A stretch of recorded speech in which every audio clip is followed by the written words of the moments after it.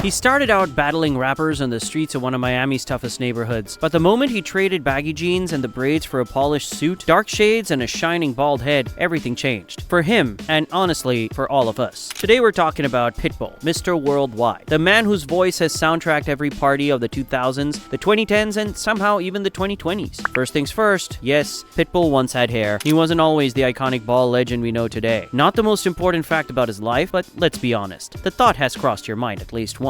Armando Christian Perez, his real name, was born on January 15th, 1981 in Miami, Florida, to Cuban immigrant parents. His mother and father fled Fidel Castro's regime, settling in the US 2 decades before he was born. But life for the family was far from stable. Both parents struggled with substance abuse. His mother even used while breastfeeding him. A detail Pitbull jokes about, saying it probably explains why he grew up so fast and energetic. But beyond addiction, his parents were also involved in drug dealing. They eventually divorced when Armando was 5, and his relationship with his father began to fracture. His dad continued dealing and made good money for a while. But Pitbull saw early that drug money disappears as quickly as it appears. He decided it wouldn't be his path. Here's another unexpected detail. Pitbull learned English by watching Sesame Street. Absolutely. He often says he grew up in an environment entirely shaped by crime, and with no father figure around, his mother became both parents at once. Growing up around strong, resilient women deeply influenced him. In interviews, he said, "Women raised me. I understand women. I love being surrounded by women. They are the strongest beings on earth." And honestly, that's why Pitbull's performances never feel hyper-masculine or aggressive, even with dancers around him. The energy is never predatory. It's fun, confident, and oddly wholesome. Living in Miami, a melting pot of cultures, Pitbull absorbed everything. Pop, techno, bachata, house, rave, hip-hop. His stage name Pitbull came from what he saw in the dogs. Relentless fighters who never give up. He once explained that pit bulls are banned in Miami, so I became the only legal pit bull in the city. And of course his legendary intro, Mr. 305, is a nod to Miami's area code, followed by his signature call to action, "Let's go, dale."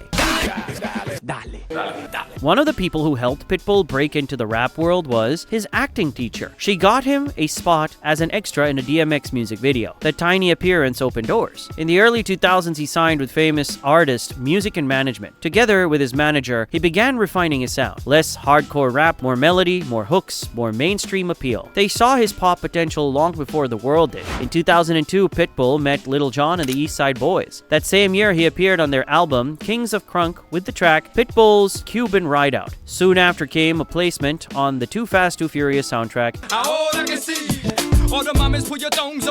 and a spot on the Anger Management tour with Eminem, 50 Cent, and Lil Jon. Massive exposure for a newcomer. In 2004, he released his debut album, Miami. Money is a major issue. It leaned heavily into hip-hop and reggaeton, featuring Lil Jon, Fat Joe, and Sean Paul. Pitbull said the title came from the reality he saw every day. Everyone around him was obsessed with the same problem, money. His career kept climbing. In 2005, he teamed up with Diddy to create Bad Boy Latino, a sub-label of Bad Boy Records. In 2006, he released El Mariel, dedicated to his late father, featuring political themes and debuting at number 17 on the Billboard 200. But in 2008, his label TVT Records went bankrupt, almost derailing everything. Then came a crucial turning point. Pitbull signed with Polo Grounds Music. New label, new management, and a completely new image. The bald head, tailored suits, and global superstar persona were born. His first worldwide hit was I Know You Want Me, Cale Ocho, which peaked at number 2 on the Billboard Hot 100. Then came Hotel Room Service.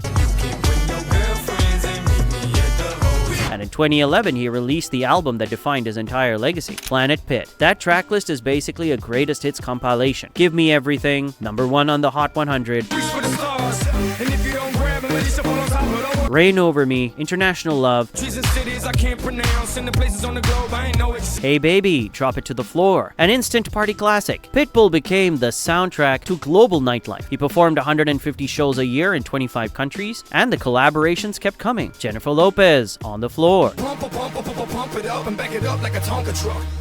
Kesha, Timber, Christina Aguilera, Feel This Moment. Reporting live from the tallest building in Tokyo.